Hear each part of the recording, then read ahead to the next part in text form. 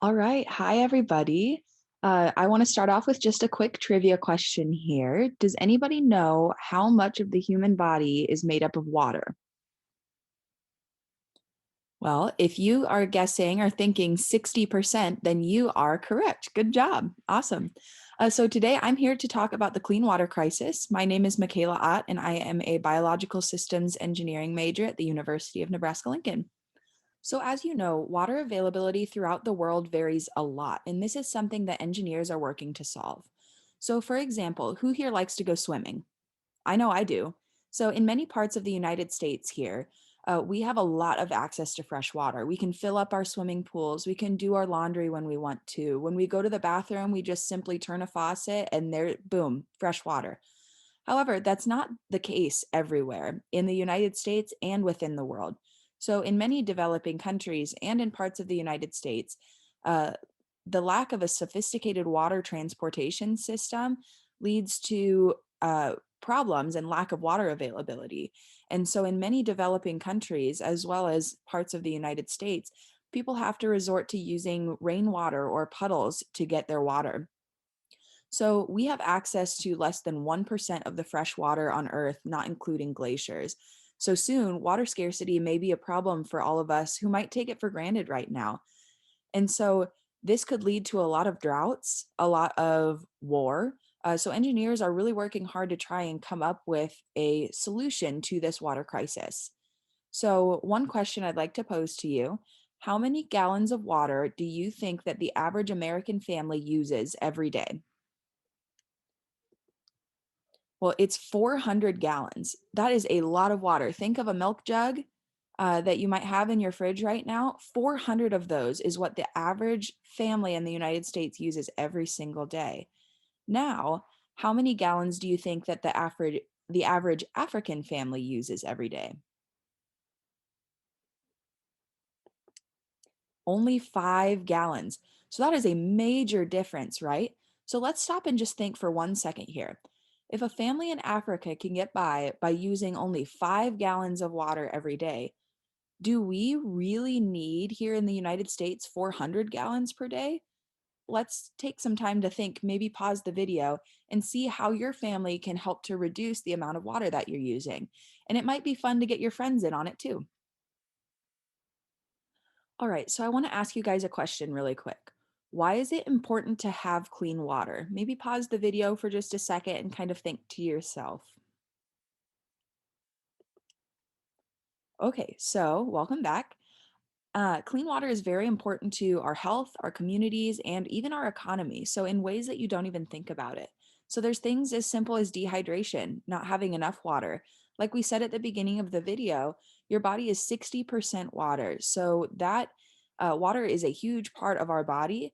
And if we don't have enough of it, it can really affect our daily function. Secondly, we have waterborne diseases that are caused by drinking contaminated or dirty water that might have been um, provided to us. So contaminated water can cause a lot of diarrheal diseases such as cholera, as well as other serious illnesses like guinea worm disease, typhoid, dysentery, and actually water-related deaths even today cause more than 2.2 million deaths every single year. That's in the modern times, right?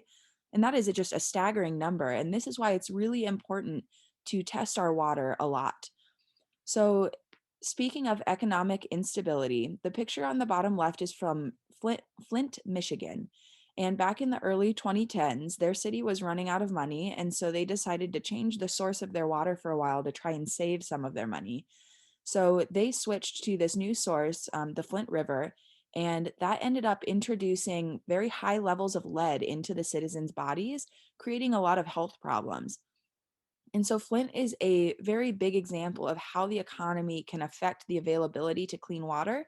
And also, it's a big eye opener to see that this stuff is still happening in modern times and really close to home. So this water crisis is a big deal, and it's something that we all need to be concerned about. The water crisis is a big deal, but luckily for us, there are a lot of ways for us to produce clean drinking water. So we're going to talk about a few of those today. First, we have distillation, then filtration, and then we'll go over some of the work that scientists have been doing recently to try and come up with new ideas to make clean water. So, like I said, first we're going to start with distillation. And this is a basic distillation column right here. And it works by using the two different boiling points of substances to separate them from each other. So, the distillation column works very similarly to something that we see in nature. And I want you to pause the video really quick and just think of what that might be. Okay, so if you were thinking possibly the water cycle, then you are correct. Good job, guys. So, first of all, water is heated to its boiling point, and that causes it to evaporate. So, this could either be caused by a heater in a distillation column or by the energy from the sun in nature. So, the water's heated, that causes it to become water vapor, and then it rises all the way up to the top. And then once it cools down again in the cooler air, when it's farther away from the heater, then it condenses and it comes kind of back down into actual liquid water again instead of water vapor. So that steam then kind of runs down that distillation column, or it turns into a dark, heavy cloud, like a storm cloud, and then it falls down, it kind of trickles down into the cooler or as rain. And this water that comes out is pure. So, like we said, it separates based on the boiling point. So, the boiling point of the contamination, if that's higher than the boiling point of the water, then the water will evaporate first, leaving the rest of the contamination in the original container by the heater, and it doesn't get into the water. So, this is how the water is purified by distillation. So, like I said, it's very efficient. It works really well. It's fairly simple. However, it's not easily accessible. Unfortunately, there are a lot of disadvantages to distillation. First of all, it has to be distilled multiple times, and we can lose some of those healthy minerals that might be in the original water. And secondly, it requires a very large amount of energy to distill that much water. So, if you think about the human body, right, we consume food, which is measured in calories, which is a unit of energy. And these calories, the average adult requires about 2,000 calories every day, right? Well, it takes 2,000 calories, that same amount of energy that it takes to fuel an adult for an entire day, to just distill 2 liters of water or 2 liters of water. So if you think of one of those kind of big soda bottles and everything, that's 2 liters. And so that's really not a lot of water, especially if we're thinking about, using your using your water to take a shower. You can't really shower with just 2 liters of water, right? So it would take a lot of energy to try and make as much water as we need, as much clean water as we need using distillation only. All right, so now we're going to move on to filtration. So, filtration removes impurities such as dirt, rocks, and other solid objects that could be in the water. So, filtration is designed by engineers, again, to produce this clean water. And it's the most common way that engineers are using to clean this water. So, as the water passes through this filter here, all of the impurities, the solid impurities, get stuck in a medium, and this medium, it could be sand or gravel, charcoal, a lot of very large variety of different things. And this clean water, because the molecules are so small, is able to kind of slip through those cracks and make it all the way through to the collection chamber. So the filter can catch 99.5% of solids in that water. So it results in very, very clean water. So filtration is actually required for most water treatment systems today. So on the left here, we see a homemade filtration system, and on our right, we see a household filtration device. So you'd be surprised how clean the water can get by using either of these devices. And actually, we're going to see this in action later when we do our activity. All right, so now before we move on here, I want you to think a little bit about what other ways that engineers might have thought of to filter water. All right, once you maybe have thought about it for a little bit here, we're going to share some ideas. So, first of all, this is really, really cool. So, engineers, like I said, are constantly coming up with new ways to produce clean water. And one way that they have done that recently is by using cow manure. So cow manure is actually 80 to 90% water, which is crazy. And engineers have found a way to extract all of that water out and then purify it. So here we have a video for you showing this process of this machine. And this machine actually uses human waste instead of cow manure. So that's pretty cool.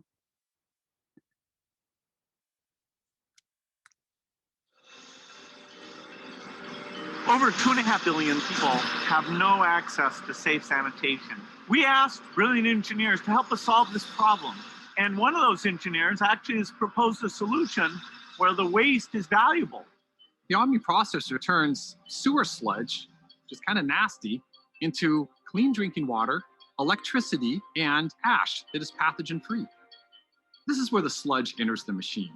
It goes up this conveyor belt, is fed into these large tubes we call the dryer. That's where we boil the sludge. And in the boiling process, we separate the water vapor from the solids. The solids are now dry and we can feed them into the fire. Once we have this very hot fire, we can make high pressure, high temperature steam. And we take that steam and we send it to a steam engine. And the steam engine drives a generator that makes electricity that we use for the processor and also excess electricity that can be delivered back to the community. The water vapor that's created in the boiling process is run through a cleaning system until we have the cleanest, purest water you can possibly imagine. The sanitation system as we know it in the developed world cannot work in developing countries. So what we need in developing countries is a very simple system. The entrepreneur that owns this processor will get paid for the input, the sludge. And that same entrepreneur will get paid for the outputs, the electricity, the water, and the ash. I am very impressed with this solution we're seeing here. It generates electricity, it generates clean water. It will grow to every corner of the earth that needs it because it makes money every day.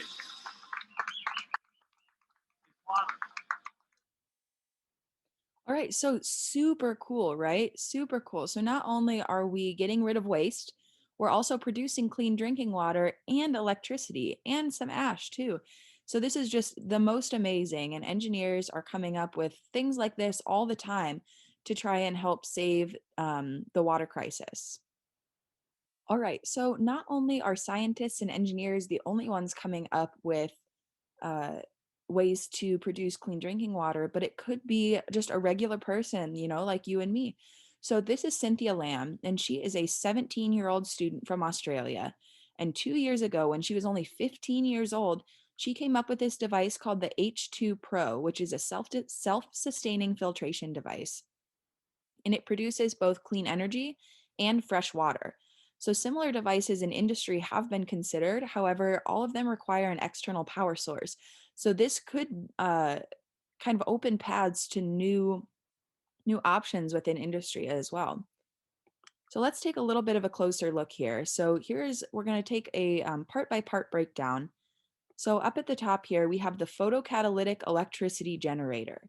And so what this is, it's kind of like a solar panel, if you've seen those before, heard those before, but it uses sunlight and something called titanium dioxide to power the device. So this is where kind of the power, this is the generator. Next, we have the water reservoir, and this is kind of the bowl. And so this is where all of that dirty water this is where that dirty water collects so that it can be filtered. And finally, we have the filtration device. And like we saw at the filtration slide where we were kind of talking about that, the water filters through there, and those little tiny water molecules can filter all the way through the bottom there to that bottom tube where it can be collected, and the clean water can be drank or used for other purposes. So engineers do not work alone. They work in really large teams of multiple different engineering disciplines. So we're going to talk a little bit about what kind of engineers might be working on a system similar to this H2 Pro. So first of all, we have chemical engineers, and they might study how the titanium dioxide that's in that solar generator and how that sunlight interact with each other and how that can be converted to the power that is needed for this filtration device to work. Next, we have environmental engineers, and they'll study the water quality and decide what the proper way for that water to to be treated is. Next, we have mechanical engineers, and they are going to study the structure and the mechanics of the device, how it works, kind of design all of the little moving parts on there and make sure that everything is fitting together correctly to work as a system. And finally, we have civil engineers, and they might study the structure of the device, how it holds together, make sure there are no leaks. And they also might try and decide the best way to filter the water. So, engineers work to improve the health, happiness, and safety of our lives. There are a lot of ways to end the water crisis and to provide clean water to everyone around the world. But engineers have a really long way to go before that can become a reality. And so maybe you guys can be the ones to help solve the water crisis eventually. And that would be so cool, right? Okay, so before we get into our activity here, we're going to go through something called the engineering design process. The engineering design process is kind of like the scientific method, if you've heard of that before. So it's a method that engineers follow to make sure that they're approaching these questions in a very efficient way and a very thorough way. So the first step is to ask. So we're going to ask our problem, like what's our problem here? What are we trying to solve?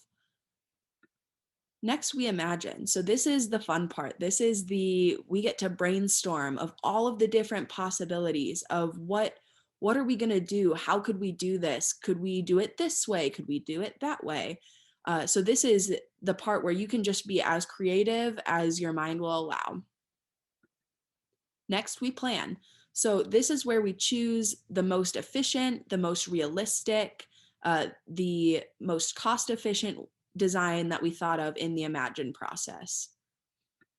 And then next we create. So this is the step where we actually build the design that we planned for. And then arguably the most important part is that we improve on it. So likely your design is not going to be the best it's going to be on your first try. So you create it and then you get to test it out and you get to see how it works. And then you have to improve on it. So say the first design that you make for your water filtration system is that it leaks or it doesn't, it still has particles in it, contamination when you're through. So then you come up with a new idea from that imagine stage and you try to implement that into your design so that you can ultimately make the whole thing better. Okay, so as I said, today we're going to be making a water filter for ourselves. All right, so today you guys get to be engineers, and we're going to use that same engineering design process I just talked about, where we ask, imagine, plan, create, and then improve to make the best water filtration device that we can. So it's okay to work by yourself, but I would encourage you to work in pairs of 2 if you can. And so you can pick from these materials here. So pick 5 items from below, not including the scratch paper for design or the plastic soda bottle, which is just kind of your filter carrier there. Okay, so the design challenge. So you've been hired by the Clean Water Environmental Engineering Company. And with the ongoing drought, there's not enough water available for all of the things we need to do, like laundry and take a shower and wash your hands. And so you need to design a way to filter more clean water.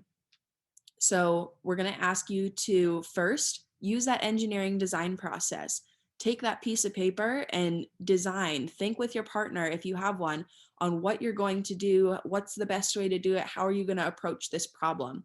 And then you get to create. You can design it, and then we're going to test it out. We're going to see if it works.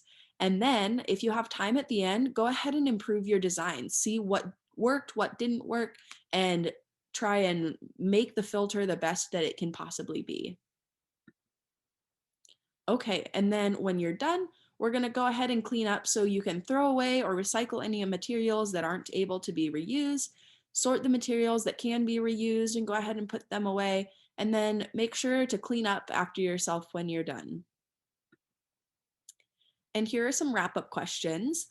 So I will leave this up for just a second here. And if you want to pause and kind of talk over that with your partner or think about them if you're working on your own today before, just to kind of reflect on how your filter did.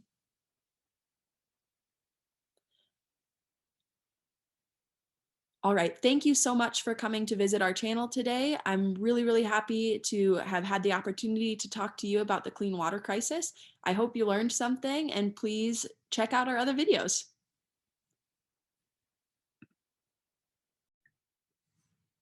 All right. Hi, everyone. So today we are going to be doing our water filtration activity. So I've made a little bit of a prototype here. So on the bottom, I have some paper towels here, and then I got some cotton balls and then some toilet paper, and then I topped it off. I didn't have sand at home, but I did get some gravel from outside. So that is what my filter looks like today. And then I mixed up some pretty nasty water here. That's a mixture of some potting soil and gravel. So that's pretty gross if you can see that in there. So we are going to test it out and see how it works.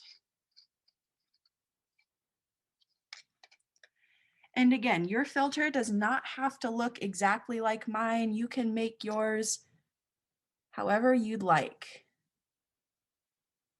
Okay, the moment of truth.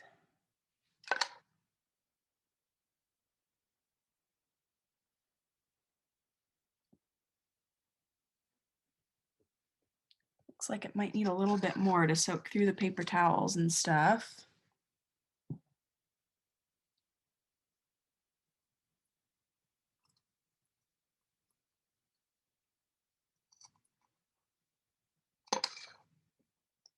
And there we go. We've got some water coming out, and it looks like it might need a few more times through the filter. It's a little bit yellow yet, kind of browned, but overall pretty good. I mean, there were some chunks of gravel and like I said, dirt potting soil in here. And so overall, this filter didn't work too bad.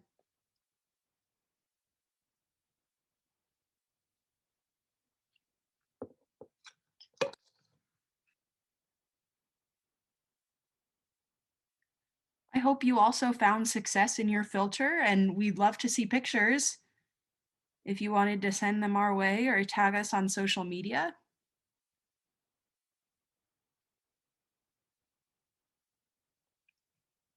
All right. Thank you so much for joining, and I hope that you learned something today.